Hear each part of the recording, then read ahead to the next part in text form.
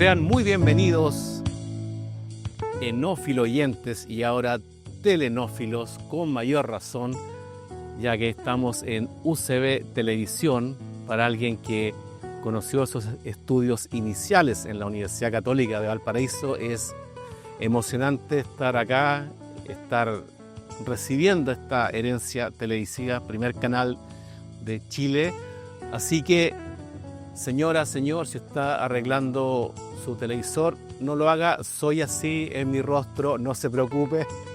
Aunque por estar hoy día en un hito, pasando de, seguimos en UCB Radio FM y estamos pasando a televisión, estoy más nervioso que perro arriba de un bote, pero estamos bien.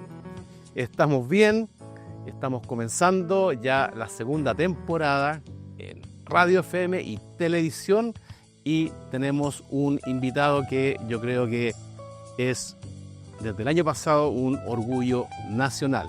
Pero antes de presentarlo, bienvenidos de regreso de vacaciones, gusto de verlos nuevamente. Laura, primero, ¿cómo estás? ¿Cómo estuvo Uruguay por allá en la punta más al este del continente? Sí, anduve por José Ignacio, por Punta del Este, por todos lados. Amo Uruguay. Saludos a todos los uruguayos que nos escuchan. ¿Y vinos probaste? Por supuesto. ¿Alguna novedad, recomendación? Mediodía y noche. Mucho albarino. Están haciendo marzán. Muchas cepas nuevas. Fantástico. No tan comunes para Sudamérica. Fantástico.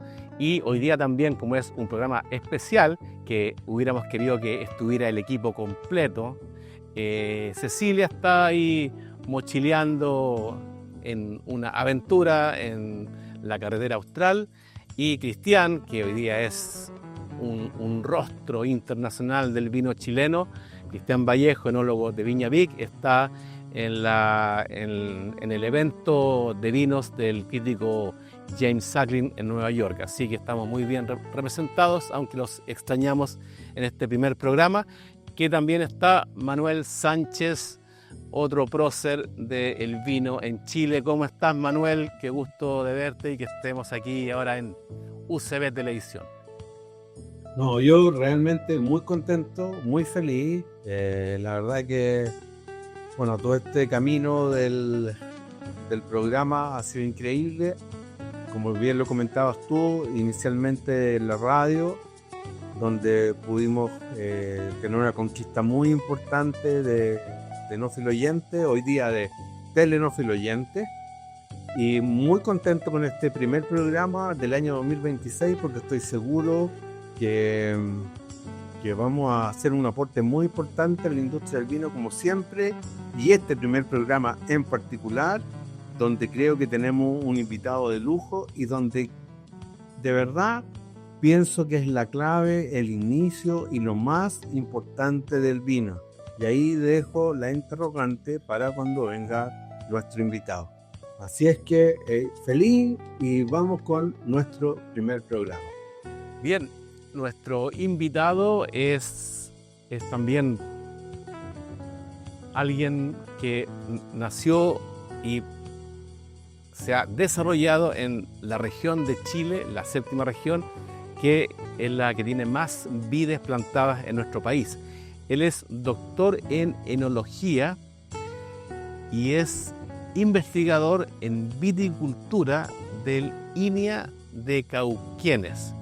Pero también el año pasado fue ganador del premio de la OIV, Organización Internacional del Vino y de las Viñas, como coautor del libro Viticultura Latinoamericana. O sea, este programa ya se ve que se va a hacer muy corto, así que muy bienvenido, Gastón Gutiérrez Gamboa, doctor en enología. Aplausos para ti. Muchísimas gracias, chicos, por la invitación. Súper contento de estar acá, es un honor el primer programa, y que se pueda divulgar la ciencia. Creo que es súper importante estos espacios, los necesitamos los investigadores, porque en el fondo a veces la ciencia está un poquito más de lado de lo que es el área técnica. Así que no, muy contento, chiquillo. Mira, yo creo que Chile es un país obsesionado con los títulos. Siempre estamos buscando títulos de lo que sea. Pero cuando alguien obtiene un título tan importante como el tuyo, casi no se menciona. Entonces, demos la importancia a este logro y comencemos el programa. ¿En qué consiste? O sea, ¿cuál es el inmenso mérito de ser reconocido por un libro que tú fuiste coautor por la Organización Internacional de la Viña y la Vid? Bueno, en este caso, cada año la organización internacional, a partir de un jurado experto, que generalmente son los directores expertos de la organización internacional, que en realidad forman las leyes que nosotros tenemos actualmente o las directrices para las leyes, por ejemplo, de la vitivinicultura en Brasil, en Argentina o en Chile. Entonces este jurado elige cada año a las mejores obras científicas y por distintas temáticas. Por ejemplo, viticultura, enología, sostenibilidad, y también da algunos premios que son más bien simbólicos a los que quedaron en segunda posición. Y en este contexto, nosotros con una colega uruguaya, justamente, que se mencionó antes, nuestro país, ¿no es cierto?, que queremos mucho, yo personalmente, a Uruguay, con una investigadora de la Universidad de la República, ganamos un premio por ser coeditores de un libro que se publicó en Springer, que es una editorial científica de las más importantes a nivel mundial en el área sostenibilidad. Entonces, por eso fue importante, y porque en Chile se han ganado, creo, 1 o 2 personas antes este título o este premio, y que bueno, también son parte, ¿no es cierto?, de nuestro orgullo, y que también fueron parte importante de la línea de trabajo que tenemos actualmente. Y este premio, ¿cómo le afectaría al vitivinicultor pequeño, mediano, a la gran industria en Chile? O sea, ¿en qué se traduce el beneficio de haber escrito y publicado este libro? Mira, cuesta estimar un poco los resultados de la ciencia. Yo creo que hay que verlo un poco a largo plazo. Pero en el fondo, por ejemplo, fue visualizar o dar cabida a investigaciones que nosotros hemos realizado en distintas partes del Chile vitivinícola, pero que no han tenido esa palestra, por decirlo. Por lo tanto, nosotros pudimos mostrar la vitivinicultura que se desarrolla en Cotpa, por ejemplo, en el oasis de Pica. De hecho, ahí trabajamos arduamente con una cooperativa vitivinícola y con el apoyo del Liceo CNA de Pica, junto con Coyahuasi. Trabajamos en la revalorización más bien histórica de lo que ocurría ahí. Y justamente el premio, cuando recibí el premio, la semana después los chiquillos me invitaron al Liceo de Pica, entonces pudimos mostrar, ¿no es cierto?, este trabajo. Y yo creo que también, bueno, la cooperativa muestra el libro, y que algo también importante. O sea, colaborando con la ciencia pudimos lograr visualizar, ¿no es cierto?, dar una muestra, una pincelada de lo que se está haciendo, por ejemplo, acá en el norte. También pusimos en el mapa lo que se está haciendo en la Araucanía, que es un trabajo bien interesante. Hay que considerar que en la Araucanía gran parte del territorio es parte de la CONADI. Entonces casi el 2/3 de productores o 1/3 son mapuches. Y ahí hay un contexto bien interesante entre interculturalidad y tecnología, como para poder entender lo que ocurre, ¿no es cierto?, con la vitivinicultura. Y yo creo que ha sido interesante. O sea, hemos podido tener muchas más colaboraciones internacionales, invitación a distintos seminarios, para poder mostrar la vitivinicultura, ¿no es cierto?, de Chile. Mencionemos, antes de pasar con Laura, el valle de Cotpa es el primer valle de Chile, o el valle más al norte de Chile, y conocido por su vino Pintatani. ¿Tú has podido probarlo, Laura? El Pintatani de Cotpa. Estuvimos el año pasado. Qué bien. La suerte también de probar. ¿Te acordás en el programa? Claro. Tuvimos la suerte de probar los vinos de Oasis de Pica, del Lagaro. También. Esa variedad no la probamos, ¿te acordás? Pero probamos otras, y la verdad que es increíble la historia y el trabajo de revalorización y de rescate de la viticultura que han hecho. Y de variedades de uva, que tampoco nunca había escuchado, y que eran deliciosos los vinos. Manuel. Sí, bueno, yo ¿qué? He pensado harto. Ustedes saben que como ingeniero, entonces soy un poco cuadrado. Entonces, habitualmente, para los programas donde me toca participar, un poco estudio, en este caso, el trabajo de Gastón.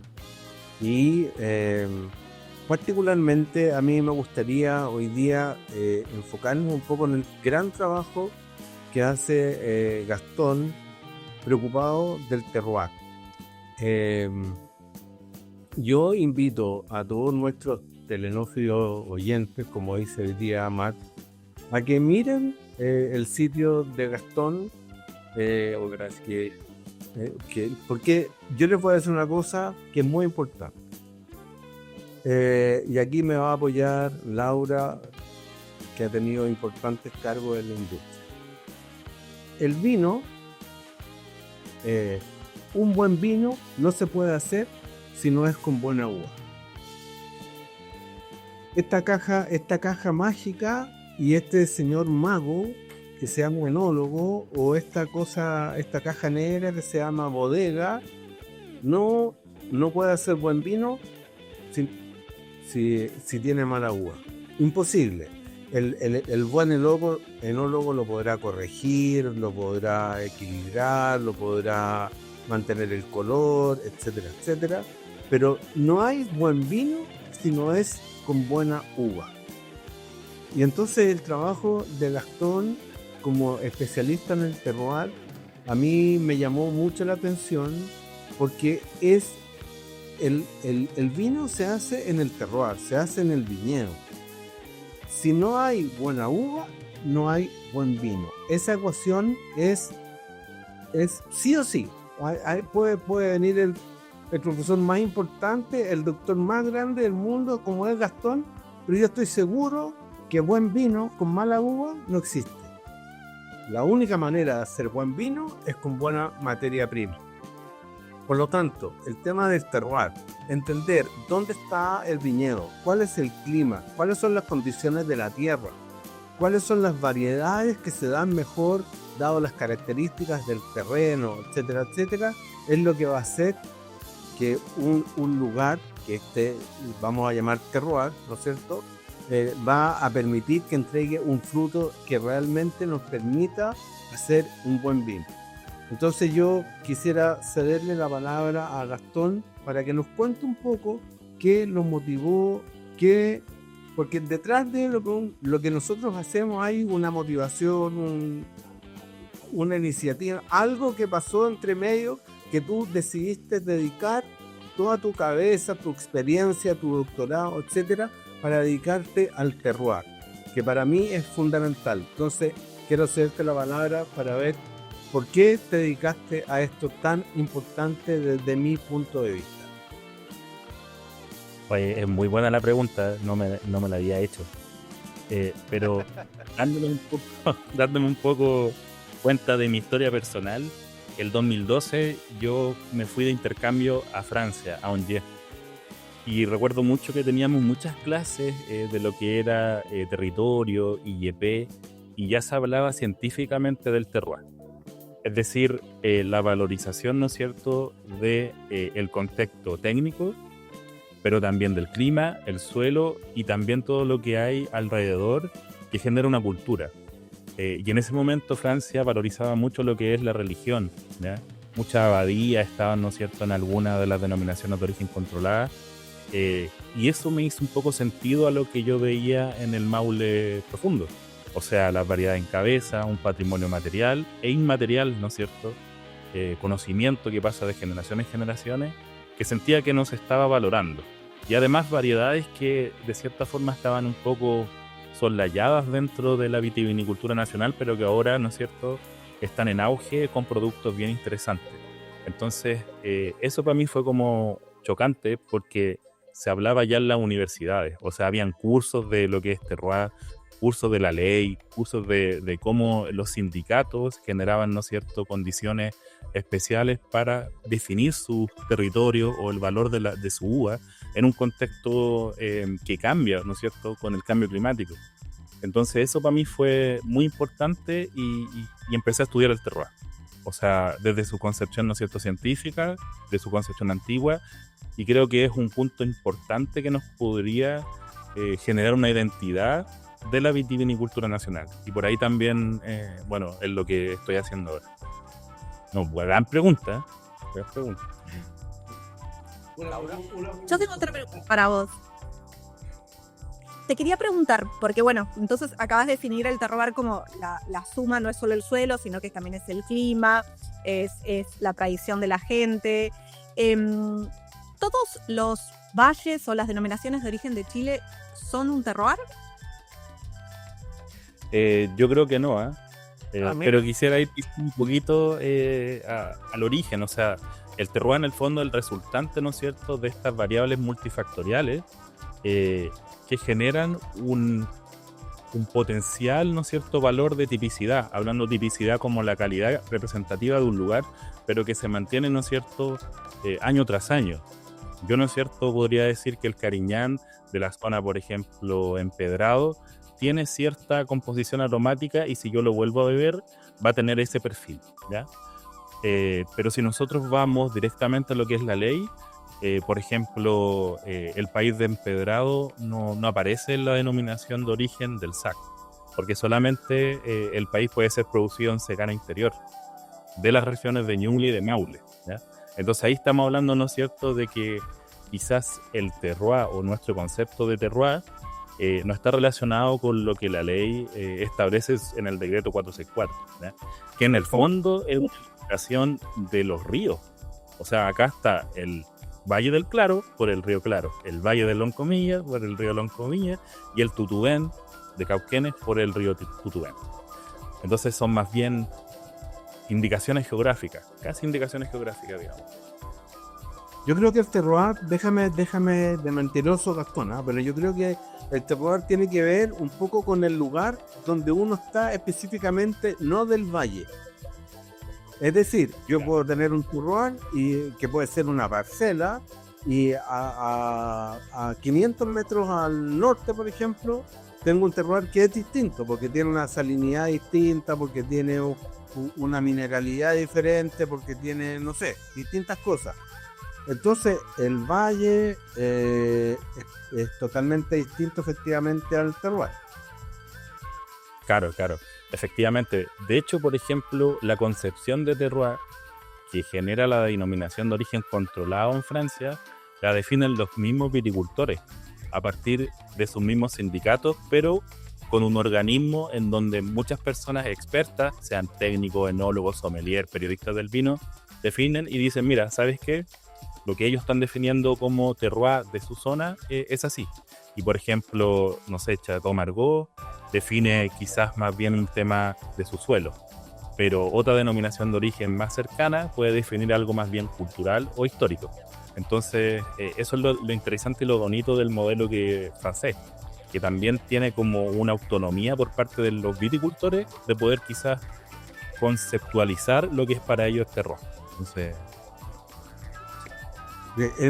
entender también que los franceses tienen espacios de producción mucho más chicos que en Chile.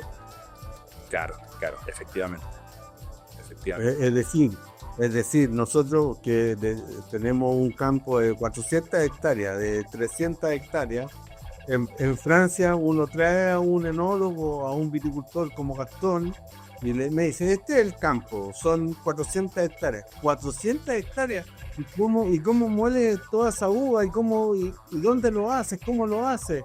Es una locura. Ellos son de espacios chiquititos, de terroir chiquititos, muy controlados, muy bien mantenidos, entonces con una viticultura totalmente diferente. Claro, es que ahí también entra la historia y la cultura. Ellos ya saben, como tienen cientos de años haciendo vino en esos lugares, saben perfecto cómo se comporta una cepa en ese suelo y cómo se comporta la misma cepa en el suelo de al lado. Entonces también lo tienen todo muy estudiado en chiquitito, sin necesidad. Muchas veces vos les preguntás, nosotros acá estamos acostumbrados a ver que levantan todo el suelo antes de plantar un viñedo, que hacen calicatas, y muchas veces en Francia vos caminás y ellos no, vos le preguntás como qué hay abajo, tenés una calicata y te dicen, no, esto siempre fue así, yo no, ¿por qué? Esto es como lo que me estás pidiendo que hagas, como sacarle los huesos a mover el suelo, es como, esa no se toca, es así y ha sido así siempre, y nosotros hacemos, ni siquiera sé a veces que no saben ni qué clon, ni qué variedad de raíz están usando, porque es lo que siempre se ha usado. Cuando se muere una planta, tiran del lado para... No, interesante. Incluso, perdón, mencionar que hoy día la botella de vino, que es siempre referencia y por la que todo se mide, que es una botella de la Romanée Conti, que no sé, la última vez escuché que estaba en 8 millones de pesos. La Romanée Conti es un viñedo, corrígeme aquí Gastón, de 1.75 hectáreas, o sea, es así de pequeño. Y es un monopolio, lo cual es rarísimo en Francia, en Borgoña. Claro, ahí justamente el contexto de los climates, o sea, que son incluso hileras. Pero nosotros también tenemos, por ejemplo, en ese viñedo de 400 hectáreas, la variabilidad espacial que hay, por ejemplo, del suelo y del clima, también puede hacer que en esas 400 hectáreas haya muchas diferencias que, claro, por manejo no se podrían individualizar. Pero en el fondo sí hay diferencias. Eso sí lo hemos visto. Gastón, y desde hoy día, desde tu mirada de doctor, para nosotros es promover, motivar a que nuestros amigos telenófilo oyentes puedan conocer de mejor manera el mundo del vino y con eso motivarlos a que puedan consumir, entender, etcétera. Desde tu mirada de doctor, ¿cómo podrías tú, de manera más simple, que la gente que toma vino diariamente, que tiene un poco de amor, que le gusta un poco el vino, cómo tú, desde tu mirada aterrizada, decirle a ellos qué es el terroir y cuál es la importancia del terroir en una copa de vino? ¿Cómo yo puedo, en una copa de vino, definir por qué hay un terroir mejor o peor? Es complejo, porque claro, uno cuando estudia una cosa de repente siente que sabe menos, pero yo creo que lo interesante acá es que el vino, ¿no es cierto?, es un producto que va más allá de un alimento. Yo creo que es cultura, y en la cultura, ¿no es cierto?, nosotros podemos englobar lo que es el terroir. O sea, yo estoy consumiendo un producto de una zona determinada que lo hizo un productor con una historia definida y con unas prácticas vitícolas que quizás pasaron de generación en generación, o de un viñedo antiguo, en donde tenemos sustentabilidad, historia, cultura, ¿no es cierto?, y patrimonio. Si nos vamos a la vitivinicultura, por ejemplo, del Ñuble, de Itata, del Biobío, del norte, estamos hablando de vides muy antiguas. Entonces, eso yo creo que es lo importante, poder valorizar que en Chile, ¿no es cierto?, tenemos algo que no tiene nadie en el mundo: vides que son prefiloxéricas, o sea, que no están arriba de un portainjerto. Eso lo tienen muy pocos países. Tenemos vides antiguas, ¿no es cierto?, de más de 35 años, como lo definió la Organización Internacional de la Viña y el Vino. Tenemos patrimonio material e inmaterial, o sea, todavía se utiliza el caballo. Hay vides que no se riegan. O sea, ¿cuántos litros producimos de vino sin añadir un litro de agua? El manejo del caballo hace que no se apliquen herbicidas. Entonces tenemos una riqueza cultural, y además de que nosotros estamos gobernados por el Océano Pacífico, que eso no lo tiene otra parte del mundo. Entonces tenemos el fenómeno ENSO, que gobierna, ¿no es cierto?, la viticultura nuestra. Entonces tenemos una riqueza, ¿no es cierto?, que forma parte del terroir y que nos diferencia de todo el mundo. Entonces, para mí, esto es el terroir expresado. Perfecto. Y desde tu mirada de doctor, que gracias por la aplicación porque realmente fue súper interesante, ¿qué es lo que hemos hecho mal nosotros en la industria del vino que no hemos podido traspasar ese concepto al consumidor final? Eso puede ser una crítica quizá. Arriesgo de demanda. Me ponen aprieto. Creo que hay dos cosas muy importantes. Lo que se pueda. Que es que se pueda decir Mac no conozco. Yo creo que hay quizás una lejanía, yo creo, por parte del vino al productor nacional. Creo que debiésemos ser más simples en explicar que el vino, ¿no es cierto?, lo puede tomar cualquier persona en cualquier momento, incluso yo creo con bebidas o en distintos, ¿no es cierto?, cócteles o como sea. Y ahí yo creo que ha habido quizás un distanciamiento entre la industria vitivinícola y el campesinado. Yo creo que el campesinado tiene argumentos que nos juegan a favor para, ¿no es cierto?, promover el vino chileno como patrimonio, y que debiésemos mirarlo más desde el punto de vista de los territorios. Pero cuesta, porque a veces yo, que soy citadino, también llego al campo, no entiendo, veo el caballo, veo cómo habla la gente, me cuesta. Entonces creo que por ahí tenemos que enfocarnos más en los territorios, con quienes convivimos, con quienes hacemos vino, con quienes estamos haciendo ciencia. Y otra cosa que creo muy relevante de aquí a la actualidad es que hay una escasa conexión entre la industria y la ciencia, ¿ya?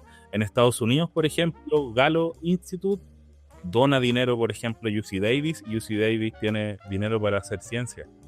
En cambio, acá en Chile no se utiliza mucho los instrumentos incluso de Corfo, que te permiten incluso disminuir impuestos a las empresas. Yo creo que por ahí también creo que es relevante quizás utilizar estas herramientas que son del gobierno y que permiten, ¿no es cierto?, poder trabajar a la par entre el Estado y el privado. Yo creo que un bonito ejemplo es lo que está haciendo San Pedro en Purén, con las comunidades mapuche. Valorizan, ¿no es cierto?, el territorio, pero también ellos pueden vender un vino con una identidad que quizá en este caso es más ligada a lo indígena, no quizá a los territorios más vitivinícolas que conocemos, pero, ¿no es cierto?, un equipo ahí entre el privado y lo estatal. Yo creo que eso nos falta. No dije algo tan malo, creo. No, muy bien. Sí, y mira, ya que también mencionaste hace un momento nuestro estimado SAG, el año, ya es el antepasado, el 2024, el SAG aumentó de 63 cepas inscritas oficialmente en Chile para hacer vino de la vitis vinífera. Si no me equivoco, subió a 107. Para mí, que estoy afuera, esto es muy positivo porque, a ver, hoy de las 63 cepas que habían inscritas, yo podía nombrar 45, 50, ahora son 107. ¿Tú crees que con esta ampliación se viene una nueva época en el vino chileno? Porque yo siempre converso desde el dueño de una botillería hasta el dueño de una tienda boutique, y todos dicen que el 80% de lo que se vende es Chardonnay, Sauvignon, Carmener, Cabernet, Chardonnay, Sauvignon. Entonces hay que estimular, o tú ves que se viene una nueva resplandeciente época con estas 107 cepas nuevas autorizadas, bueno, en total, entre las que estaban y las nuevas, por el SAG. Bueno, yo igual mi trabajo como que se desarrolla más con la pequeña y mediana empresa. Yo no he tenido mucho el honor a veces de trabajar con empresas más grandes, en donde uno quizá conoce un poco más la realidad del sector más macro. Pero en el fondo yo veo que se están utilizando estrategias vitícolas para poder enfrentarse al cambio climático con cosas bien complejas. Por ejemplo, hoy día cosechamos Cabernet Sauvignon en la Viña Las Veletas con el viticultor Claudio Pardo Musmayer. Y ellos están poniendo mallas porque la uva se seca, se deshidrata con el sol. Entonces, claro, todo lo que ellos tenían de cuartiles premium han bajado a cuartiles que son para consumo quizás más agresivo o casi. Y eso es complejo, y estamos metiendo plástico, metiendo dinero, ¿no? Esto que antes no se cuantificaba en los ingresos. Y también vemos cosas bien interesantes. Por ejemplo, la Viña Gilmore está estableciendo viñedos de variedades italianas variedades incluso parece que hay una blanca y varias tintas, y que se han adaptado de buena forma al viñedo del Maule. Entonces quizás, como tú dices, pueda haber, ¿no es cierto?, una revolución en términos de las variedades o de los sistemas de manejo, que eso también es interesante. Yo creo que se viene y ya se está haciendo, o sea, ya lo vemos realidad. Tengo una pregunta para Toyo. Laura. Perdón, que quería preguntarte, hablaste del cambio climático, entonces te quería preguntar cómo vemos este cambio climático, cómo repercute en la viticultura. Hablaste, por ejemplo, de más luz solar y deshidratación de la uva. ¿En qué otras cosas lo podemos ver y cómo ves como posibles soluciones o adaptaciones que la viticultura puede hacer? O debe hacer para prepararse para lo que viene. Sí, es que el tema es bien complejo porque yo creo que ya queda obsoleto el término cambio climático. Y ahora hablamos de variabilidad climática, porque en el fondo ahora tenemos muchas más anomalías negativas. ¿Qué quiere decir esto? Que los eventos que nosotros predecíamos como a temperatura media ya están más altas o están muy bajas. No sé, por ejemplo, nosotros pensábamos que este año, ¿no es cierto?, un año niña y que venía más seco, pero tenemos lluvias, ¿no es cierto?, en verano. Ayer llovió bastante en el Maule. Entonces, eso es una anomalía climática, ¿ya? O sea, llovió por sobre la media de los últimos 10 años. Y eso sí que es complejo, porque ¿qué pasa? Ahora, algunos predios que se estaban a punto de cosechar pueden tener enfermedades como botrytis, lo que es impensado en un año niña, ¿ya? La primavera fue fresca, pero fue muy calurosa y después fue húmeda. Entonces hubo mucho idio. Entonces todas estas anomalías climáticas que nos resultan en una variabilidad son súper complejas. Pero lo que sabemos, siempre vamos a ver que este año va a ser niña o niño o neutro. Y nos podemos adelantar a eso. Pero con estas anomalías climáticas son más complejas predecirlo. Lo que sí vemos es que hay una pérdida importante de productividad por el tema del golpe de sol, por deshidratación de vallas, sobre todo en ciertas variedades por otras. Y ahí son los manejos lo importante, quizás dejar canopias abiertas, utilizar mallas, pero eso, o sea, y la enfermedad de la madera, o sea, yo creo que ese es el tema más relevante, por ejemplo, en Europa. 1 billón de euros, o sea, maneja el problema de la enfermedad en la madera. Entonces, y también aquí el recambio varietal específicamente es muy alto por el tema de la enfermedad de la madera.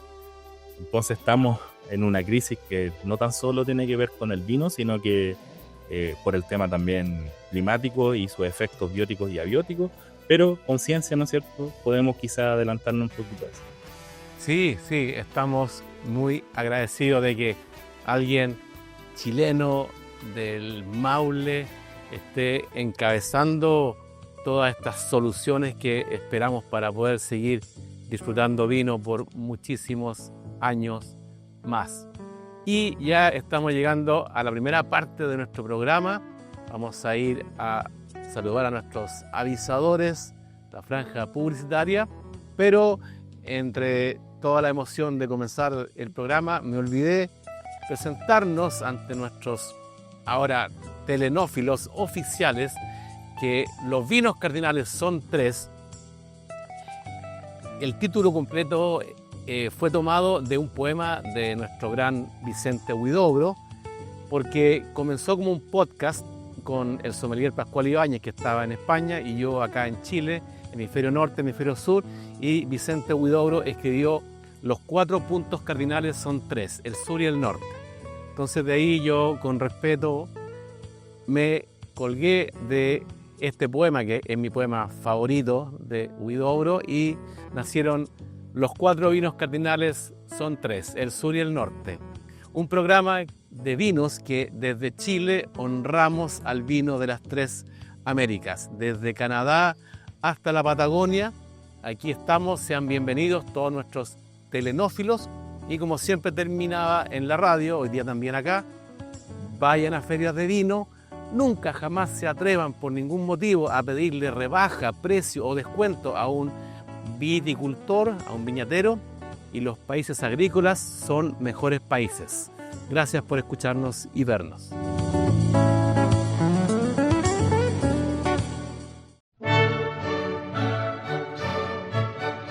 Y ahora escucharemos Vino Sofía aplicada. Las personas que ya compraron un tour para visitar viñas y descorchar vinos son más felices que las personas que aún no lo han hecho. Recomendación para que ya vayan, Muy de acuerdo. se vayan poniendo al día, porque estamos ya comenzando marzo y se vienen, creo que en Chile, aquí ustedes me pueden respaldar, son 43 fiestas de la vendimia, desde la tercera hasta la novena región. Así que no se olviden de las más grandes, la de Santa Cruz, la de Curicó, Casablanca, Maipo. Así que, como lo dije al cerrar el segmento pasado, vayan a ferias de vino y ahora se viene la mejor época del año en Chile, porque hay 43 fiestas de la vendimia para celebrar maravillosa creación que en Chile ya está por cumplir 5 siglos. Pero antes de seguir el programa, un tirón de orejas, porque nuestro invitado había pedido que estuviéramos con Vino País y yo fui el único que cumplió muy ordenado, y por eso quiero saludar a un gran pequeño productor que es el Guaso de Caliboró, que está ahí en la ruta Los Conquistadores entre San Javier y Cauquienes. Él hace el vino, su esposa cocina, lo recibe, él toca guitarra. Así que si están pensando en enoturismo dentro de Chile, vayan y contacten a el Guaso de Caliboró. Aquí estoy con este fantástico vino asoleado de la cepa País, que quizás ahí vamos a hablar un poco más, porque es la cepa que construyó este país, la cepa que trajeron los misioneros para poder tener vino para celebrar la misa. ¿O no, Gastón? No, así es, así es. Lo interesante es justamente el asoleado, que es uno de los pocos productos que tenemos con denominación de origen, pero también hay algunas cosas interesantes para hablar. Bien. O sea, en Chile casi nadie sabe que tenemos 2 vinos con DO, denominación de origen. Uno es el asoleado de Cauquienes y el otro el pajarete de Huasco, de la tercera región. Ahí, ¿tú crees que hay que incentivar estos 2 vinos con denominación de origen en Chile? Yo creo que sí. Bueno, en línea a partir de los trabajos de Marisol Reyes y anteriormente del investigador Juan Pedro Sotomayor, trabajó bastante en estos temas. Y lo interesante a destacar que, claro, y bien sabemos que el asoleado, ¿no es cierto?, se hace de una cierta forma, desde el Mataquito al Biobío, no está el pliego de condiciones de la denominación de origen, por lo tanto probablemente hay que construirla. Y en ese sentido, por ejemplo, hay productores de Sausal que lo hacen de una forma, de Ñuble que lo hacen de otra, y quizás creo que hay que, de cierta forma, ver cómo se hace y cuáles son los resultados, ¿no es cierto?, de los distintos asoleados que se producen, si está encabezado o no, si se aplica alcohol o no, si se deshidrata, ¿no es cierto?, ahí con un alicate, que son técnicas muy ancestrales. Hay que, yo creo que seguir investigando, pero es lamentable a veces que hemos perdido algunos de nuestros productos por a veces, no sé, un nombre que tiene un origen anglosajón, por ejemplo. O sea, la gente va a preferir un late harvest que un asoleado, cuando el asoleado, no sé, tiene una historia detrás, y que de hecho, por ejemplo, fue uno de los vinos apreciados por Bernardo Higgins, o que era apreciado y que era un boom a inicios del siglo pasado. Entonces, bueno, es importante rescatar esas costumbres, porque si no, esas desaparecen. Mira, te acoto, en este programa está prohibido el Spanglish. Aquí nadie le puede decir late harvest a un vino. Aquí se le dice cosecha tardía, o como en Argentina le dicen un tardío. Pero nuestro idioma se realza en este programa. Qué bien, qué bien. Laura. Y claro, lo que... Sí. Disculpa. No, mire, que veíamos que gente anciana hacía esas cosas. O sea, no, es importante que nosotros no las perdamos. Sí. Laura, tú tenías Yo traje Otra. para probar otro vino. ustedes uno de mis favoritos, que es el Viejas Tinajas Tinto de Viña de Martino, que es del Valle de Itata, específicamente de Guariligüe. Y bueno, obviamente yo trabajé en viñas en todo Chile, del norte al sur, pero cuando conocí el Valle de Itata me enamoré. La verdad que es un lugar absolutamente mágico, bellísimo, y estas parras mega antiguas con unos troncos gigantes, enroscados, un lugar que te enamorás de lo hermoso que es y además de los vinos que hace, que obviamente tienen muy buen país, y a mí particularmente mi favorito es este Cinsault, que fermenta en tinajas antiguas, que se usa un 10% de racimo entero, pero en general son los granos enteros, que un poco están rotos, o sea, hay una maceración como semicarbónica, 2 semanas, después se descuba, se destinaja, y queda otros 6 meses en ya la tinaja cerradita, con greda, con un tubito por si hay que probarlo, y el resultado es este vino que es mega fácil de tomar. Uno se puede tomar litros, es la verdad un vino muy frutal, con un tanino así muy sedoso, muy fácil de tomar muchísimo, una acidez muy refrescante y lo hace muy elegante, exquisito. Tú, Gastón, con tu conocimiento, ¿seguirías, no sé si decir, insistiendo o empujando como nuestra cepa emblema de país, el Carmener? ¿O podría ser la cepa país o la Cinsault o no sé? El Cariñanti son algunos. El Cariñán, sí.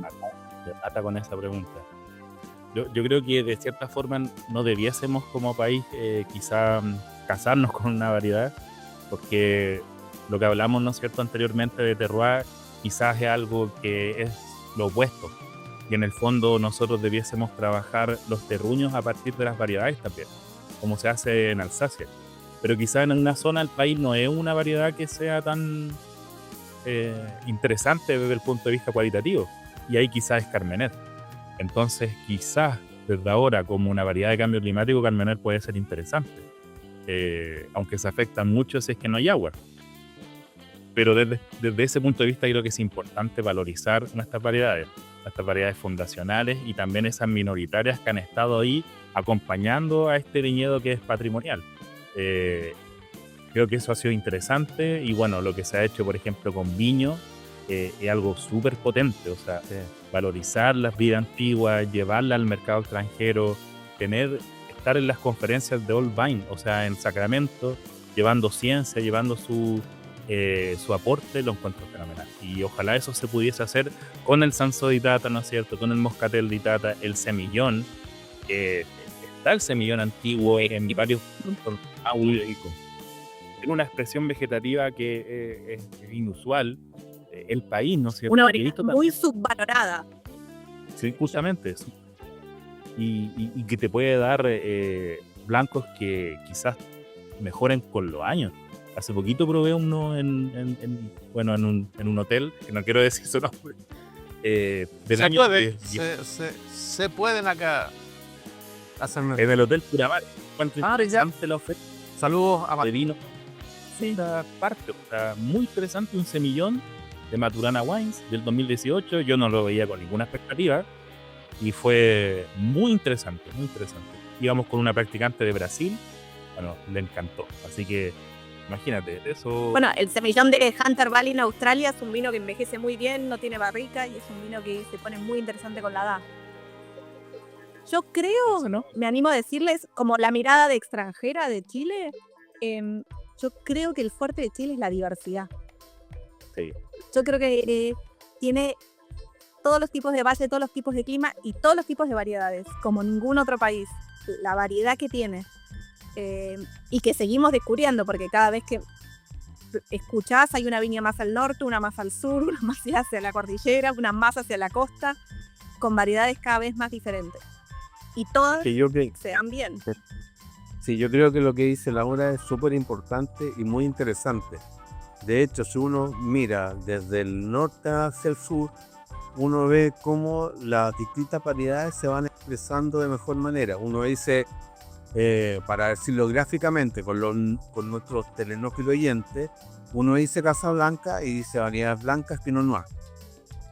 Uno dice Porchagua, dice Carmenet, dice Cabernet en el Valle del Maipo, y así, etcétera, etcétera. Entonces, ahí también volvemos un poco al trabajo de Gastón del terroir o de los valles, y ahí achicarnos hacia los terroirs. Ahora quiero poner una pregunta un poco más incómoda, porque me interesa mucho el trabajo de Gastón como doctor y como especialista, y todo el estudio que ha hecho al respecto. Lo quiero incomodar un poco, que es una cosa que a mí me incomoda después de 30 años en la industria del vino. Es, primero, el viticultor, es decir, la persona que produce la uva. Luego, el enólogo, que toma la uva que entrega el viticultor, él la muere, la convierte en jugo y luego la transforma en vino. Y finalmente, la gente que está vendiendo el vino, ¿no es cierto? Y que pone el vino en distintos mercados y que de acuerdo a ese precio del litro del vino se genera el margen y la ganancia de una empresa. Ya ven más o menos por dónde voy, ¿no? Desde que conozco esta industria hay una desconexión importante entre el viticultor y el enólogo. Y las viñas que han podido sortear ese trabajo conjunto han sido las viñas que han podido tener vinos de ultra calidad, vinos premiados y vinos que tienen un muy buen precio que les permite seguir insistiendo con vinos ultra premium, invirtiendo en grandes vinos, etcétera, etcétera, del nivel de los vinos franceses que hablamos de Bordeaux, de Borgoña, para los blancos, los Pinot Noir, etc. Entonces, me gustaría conocer tu mirada, Gastón, de cómo tú, como doctor y especialista en el terroir, desde tu mirada en Francia, desde tu mirada en Chile, ¿cómo ves tú hoy día nuestra realidad con apenas 9 litros per cápita y también vendiendo súper poco vino entre el viticultor, el trabajo en la conexión del trabajo del viticultor con la enología y la enología con el tema comercial? ¿Cuál es tu mirada al respecto? Bueno, una difícil pregunta desde el punto de vista, ¿no es cierto?, de viticultura, enología y el consumidor. Yo creo que en primer lugar debiésemos valorar mucho actualmente a los sommeliers. Los sommeliers están jugando un rol importantísimo en los territorios y están vendiendo el vino por ejemplo, de pequeños productores, a veces que son de 80 años, 70 años, no pueden venderlo, el sommelier está ahí. Creo que debiésemos, ¿no es cierto?, valorar este pequeño eslabón de la cadena, ¿ya? Yo creo que la viticultura juega un rol importantísimo en esta cadena, porque si bien, ¿no es cierto?, el enólogo puede hacer el vino, tiene los ingredientes, ¿no es cierto?, hace su magia, el viticultor juega un partido un poquito más, siento yo, complejo, porque está a la deriva de lo que suceda con el clima, y eso uno no lo puede predecir. Por lo tanto, yo creo que ese valor es importantísimo. O sea, que te llueva un día, que haya una helada, que hayan cosas que uno no pueda no pronosticar, es complejísimo y tiene que mover gente, ¿no es cierto?, para poder solventar este problema. Yo creo que ahí, enlazando viticultura, enología, ¿no es cierto?, se puede crear un buen lazo. O sea, yo siempre quise estudiar viticultura y nunca pude estudiar viticultura. Siempre me mandaban a hacer los vinos, siempre tenía que trabajar en vinificación, pero siempre estaba estudiando viticultura, hasta que me tocó hace poquito hacerme cargo como del área vitícola de la investigación. Así que gracias a lo que yo aprendí en vinificación y lo que también estaba haciendo en viticultura, quizás me costaba menos un poco ahí esa cosa. Pero creo que el valor de la viticultura, los sommeliers, ¿no es cierto?, juegan un rol importante, yo creo que en la comunicación del vino actual. Yo creo que es muy importante, Max, Laura, comentar a nuestros hoy día enófilo oyentes, ¿no es cierto? La importancia del terroir, la importancia de la persona que está encargada del campo en una viña. Esa persona es la que entrega un racimo de uva de alta calidad, y mientras haya un racimo de uva de alta calidad vamos a poder hacer un buen vino. Entonces yo quisiera ir nuevamente al comentario de Gastón, con su conocimiento de doctor y también su experiencia en Francia, donde yo sé que hay un valor totalmente distinto al que nosotros tenemos en Chile con respecto al viticultor. ¿Cuál es la diferencia que tú vistes en el trabajo en Francia con respecto de la gente que produce 1 kilo de uva entre Francia y entre Chile? Claro, yo creo que casi el mismo término lo define, el viñerón. O sea, es una persona que se dedica, ¿no es cierto?, a la viticultura, pero también que hace el vino. Y ahí, ¿no es cierto?, este concepto de viñerón también tiene una cierta propiedad en lo que está haciendo. Yo creo que es fundamental, ¿no es cierto?, que el viticultor se apropie también del vino y también la persona que hace el vino de la viticultura. Saber lo que está haciendo, pero también creo que de la cultura francesa, ¿no es cierto?, y el desarrollo vitivinícola es un poco distinto. Acá quizás es un poquito más industrializado y allá puede quizás el viticultor, ¿no es cierto?, hacerse cargo de una bodega. Quizás en estas condiciones en donde las superficies son muy amplias y se produce mucho vino, es un poco más difícil generar ese contacto. Y aparte que también es caro para empresas, o sea, tener quizás un viticultor bueno y un enólogo estrella, yo creo que también es complejo. Pero claro, que yo creo que cada uno tiene su, ¿no es cierto?, particularidad. Creo que quizás es el modelo interesante a seguir, pero con todas también estas desventajas, que es algo caro de mantener. Gastón, para quienes nos escuchan, nuestros enófilos oyentes y telenófilos, un viñerón sería el que patea un córner y lo cabecea, o sea, viticultor, enólogo, jefe de bodega, gerente de ventas y expositor en una feria de vinos. Claro, más o menos así el viñerón en Francia. Ya, más o menos. Ya, perfecto. Sí, por lo menos la palabra incorpora, no separa viticultor y enólogo. Un viñerón es tanto el viticultor como el enólogo. Ya, perfecto.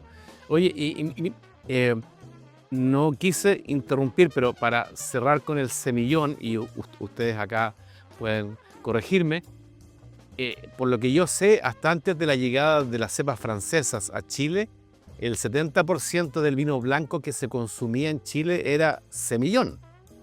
Y como también acá promovemos mucho los maridajes y la enogastronomía, citando a Héctor Riquelme en el documental Pipeño, una memoria que resiste, dio un maridaje que para mí yo siempre lo recomiendo, aunque es difícil encontrar empanadas de pino de marisco, pero si las encuentran, acompáñenla con un semillón. Exquisito. Sí. No lo probamos nunca. Qué rico, me diste hambre, Max. Salivar. Sí. Pero volviendo, Gastón, a lo que es tu especialidad, y quizás sea polémico o no, pero a ver, yo que tuve una consultora meteorológica, por lo que yo entiendo, la Organización Meteorológica Mundial nos dice que en este lugar, en esta mesa, el clima cambió antes de 30 años. Acá en Chile, con la menor precipitación que hay de lluvias, llevamos como 16 años ahora. O sea, faltarían 14 años para decir, sí, en el centro de Chile llueve menos. Pero, por ejemplo, yo a veces pienso, la última glaciación en este planeta fue hace 12.000 años. Entonces, como raza humana llevamos haciendo vino 7.000, 8.000 años. O sea, sabemos que hay una tendencia en el centro de Chile, incluso en Valdivia, llueve menos. Pero ¿es tan preocupante o somos tan insignificantes habitando un planeta que tiene 4.600 millones de años de pensar que estamos con esta guillotina encima de cambio climático, o como tú recién mencionaste, de variabilidad climática? Súper interesante este tema, a mí me encanta el cambio climático. De hecho, estamos en un periodo técnicamente de glaciación. Ya. Muchas veces en la historia de la Tierra han habido hielo. Y claramente si nosotros sumamos las temperaturas medias ¿no es cierto?, desde hace 4.500 años, donde en realidad hay registro, o se puede pronosticar el registro con carbono 14, estamos muy por debajo de la media desde el origen. Entonces, técnicamente se está viviendo en una era glacial, ¿no es cierto?, en el periodo justamente Holoceno. Y eso es súper interesante también, porque quisiera agregar algo del terroir. Nuestros suelos que están hacia la cordillera de la costa son del silúrico carbonífero, es decir, de hace 225 a 400 millones de años. O sea, no habían humanos y estaban estas libélulas gigantes, estos 100 pies que eran enormes como el tamaño de una micro. Y eso es súper interesante también agregarlo a este componente del terroir. Los franceses, ¿no es cierto?, se vanaglorian por tener suelos del Jurásico. O sea, eso es mucho menor. Y nosotros no hemos sacado ese provecho de que tenemos en la costa los suelos más antiguos quizás de la vitivinicultura mundial, exceptuando Australia, que esos sí que son antiguos. Pero es súper interesante. Mira, nosotros como INIA trabajamos en un proyecto, tenemos muchas estaciones meteorológicas. De hecho, cualquier persona puede ingresar a estas estaciones y ver, ¿no es cierto?, su historial. Hay datos a veces del 1930 en ciertas estaciones. Y hemos visto que durante los últimos 30 años, gran parte de la vitivinicultura nacional cambió, por ejemplo, de categoría de clima vitícola. O sea, en algunas zonas de más frío a intermedio, por ejemplo, Osorno, de no tener vid, o sea, no apta para la viticultura, a frío, y muchas zonas de la parte centro-norte, si bien aumentaron las temperaturas máximas durante estos 30 años, pero también disminuyeron las mínimas. O sea, hay una mayor amplitud. Eso también es importante porque uno ve cambio climático, mayor temperatura máxima, o sea, más máximas. Pero también, ¿no es cierto?, las mínimas se están haciendo mucho menores. Y uno ve a veces, ¿no es cierto?, hace poco en Estados Unidos que cayeron mucha nieve en un momento en que no es tan común, y vemos estas anomalías. Pues entonces, ese tema, ¿no es cierto?, es súper interesante, Max, y me hace a mí pensar mucho, o sea, que somos... Perdón, y también podría estar conectado con que de repente hay años que llueve un montón, llueve anormalmente mucho en zonas donde no debería llover, y después al año siguiente es sequía extrema. O sea, como eso que va muy tiene... a los extremos. Claro, no, eso tiene que ver con el tema fenómeno ENSO, o sea, el niño y la niña. Generalmente, ¿no es cierto?, en el año niño, la temperatura media del mar es superior, entonces se cargan las nubes de agua y se generan los ríos atmosféricos. Por lo tanto, tenemos mucha lluvia, ¿no es cierto?, en la zona centro-sur de Chile, pero nosotros debiésemos saber y anteponernos. Sabemos que cuando hay niños tenemos mayor probabilidad, como Chile, ¿no es cierto?, de tener inundaciones. Pero generalmente los años niños duran 2 años y después llega un niña más seco. Entonces, esos cambios, ¿no es cierto?, nosotros los interpretamos, pero son predecibles. O sea, la Dirección General de Agua, o sea, la Dirección General de Meteorológica, ¿no es cierto?, lo pronostica. Entonces, claro, o sea, ahora, si bien tenemos estos cambios, pero hay mayor variabilidad, hay mayor anomalía. O sea, que puede llover durante este año seco. Y quizás en ese año que era lluvioso, hay temperaturas que quizás son pic térmicos. Entonces, eso es lo que nos estamos viendo ahora actualmente y que tiene un rol importante en la viticultura y en la calidad de la uva. Gastón, y desde tu mirada, sí, perdón, Laura, No, siga, Manuel, por favor. de conocer distintos lugares del mundo. En Francia, estamos en plena cosecha y llueve llueve 3 días, no pasa nada, es un tema normal, la gente está acostumbrada, etcétera. Si uno mira allá al lado, al otro lado de la cordillera, con nuestros queridos amigos mendocinos, y están acostumbrados a la lluvia, están acostumbrados al granizo, etcétera. Saben cómo navegar con el fenómeno climático. Desde tu mirada, ¿qué pasa en Chile que no nos podemos acostumbrar o que nos asustamos tanto cuando llueve 2 días, cuando en el mundo es tan natural que llueva? ¿Qué nos pasa a nosotros que va a llover? Entonces hay que tener productos para la lluvia, hay que azufrar, hay que esto, hay que lo otro, porque se va a podrir toda la uva. ¿Qué pasa si en todo el mundo es natural que llueva? En Francia yo he visto llover en plena cosecha 3 días seguidos, 4 días seguidos, al otro lado de la cordillera se dan granizo, llueve, se corta hasta incluso la cordillera en plena cosecha y la gente ya lo toma con naturalidad. ¿Qué pasa en Chile? Que cae un poquito de agua en una cosecha y todo el mundo salta de miedo. Arrepiéntete, pecador. Yo creo que hay distintos fenómenos. También nuestro clima es bien vulnerable. Nosotros tenemos humedades relativas bajas, entonces una lluvia te puede cambiar esa presión, ¿no es cierto?, que puede ser importante para que hayan enfermedades. Quizás, no sé, en Francia la humedad relativa son un poquito más alta, quizás la planta se acostumbra quizás a contextos de mayor humedad, y yo creo que es difícil. También yo siento que las instituciones del Estado no hemos sabido también bajar esa información. Creo que pudiésemos hacerlo de una mejor forma, con alertas, alarmas, quizás, a quienes lo quisieran tener. Yo creo que ahí hay harto por jugar. Porque sabemos un niña más calor, un niño lluvia. Entonces nos debiésemos, ¿no es cierto?, estar un poquito más como atentos a eso. Pero yo creo que ahí hay un tema, ¿no es cierto?, también propio nuestro y cultural, y que como Estado yo creo que no hemos sabido bajar esa información. Laura. No, ya no me acuerdo qué le iba a preguntar. Se me fue.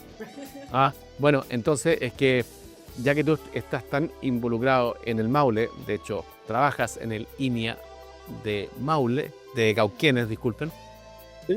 Y recién mencionaste esta etiqueta, esta certificación que se llama Viño, que son vinos hechos de la uva Cariñán. ¿Qué te parece esta nueva agrupación que se originó en el Maule, que es Al Maule, vinos de cepa país? Yo lo encuentro interesantísimo porque no es lo mismo que Viño. O sea, Viño quiso valorizar de cierta forma las vidas antiguas y trató de generar, ¿no es cierto?, ciertas condiciones para que ese productor pudiera etiquetar su vino como Viño. O sea, vidas antiguas, en cabeza, ¿no es cierto?, producciones pequeñas. Pero al Maule siento que se supo reinventar y hizo algo contrario.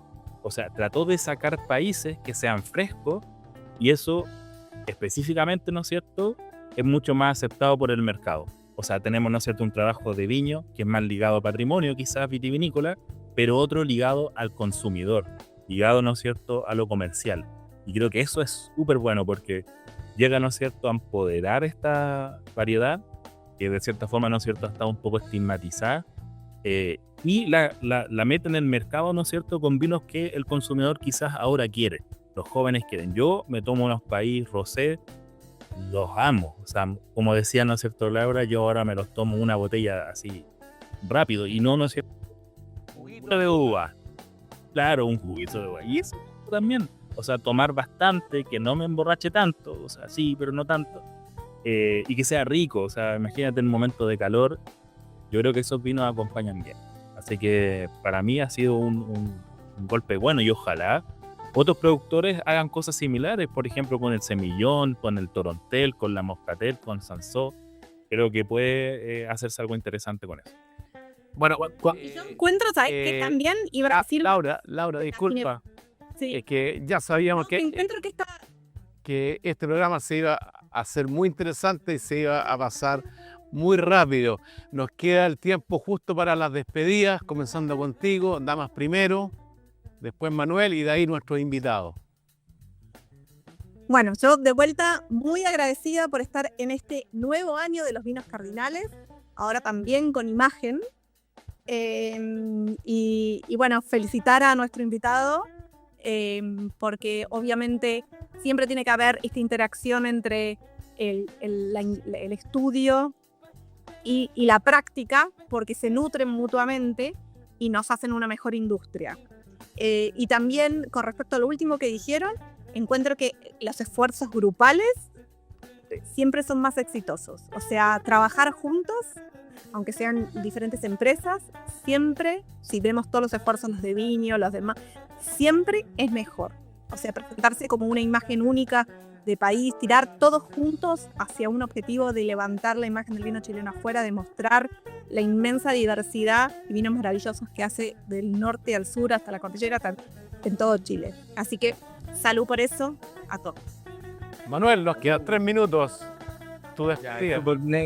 Súper breve, no, agradecer igual que Laura a esta nueva temporada, a nuestros amigos que hoy día nos pueden ver y fundamentalmente agradecer a nuestro querido invitado hoy día, Gastón, de verdad un gusto enorme conocerte, felicitarte, porque cuando uno habla del grado de doctor, no es el grado de doctor académico, significa que uno realmente tiene un compromiso brutal por lo que quiere, por lo que ama, por lo que quiere estudiar. El ser doctor significa horas de sueños que no tuve, mucho trabajo, mucho viaje.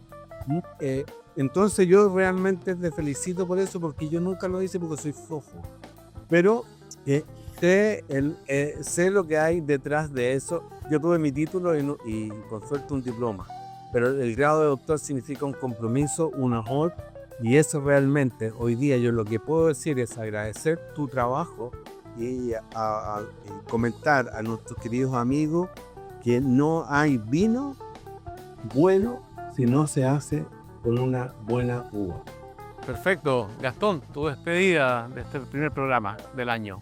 Agradecido, chiquillos, por todo. O sea, sus palabras me ponen muy contento y me dan la energía para seguir. O sea, es difícil a veces estar en los territorios y que la gente lo valore también es súper importante. Agradecerles a ustedes, a los productores, a la industria y a ustedes mismos que siguen haciendo un rol importantísimo con la divulgación, que eso nos falta mucho desde la investigación. Así que nada más, agradecimientos. Muchísimas gracias, Gastón. Gracias por estar aquí con nosotros. Yo me despido con algo que olvidé, pero aquí menciono. Nos pueden ver desde La Serena hasta Puerto Montt en todas las señales de televisión abierta de UCB Televisión, más BTR, Zapping, GTD y Movistar. Así que salimos al mundo, más YouTube, la plataforma del canal. Así que gracias por vernos, escucharnos y hasta la próxima semana con otro invitado que está haciendo muy interesante el vino chileno en el siglo XXI. Gracias por vernos y escucharnos. Y nos despedimos como siempre diciendo: los 4 vinos cardinales son 3, el sur y el norte. ¡Salud! ¡Salud!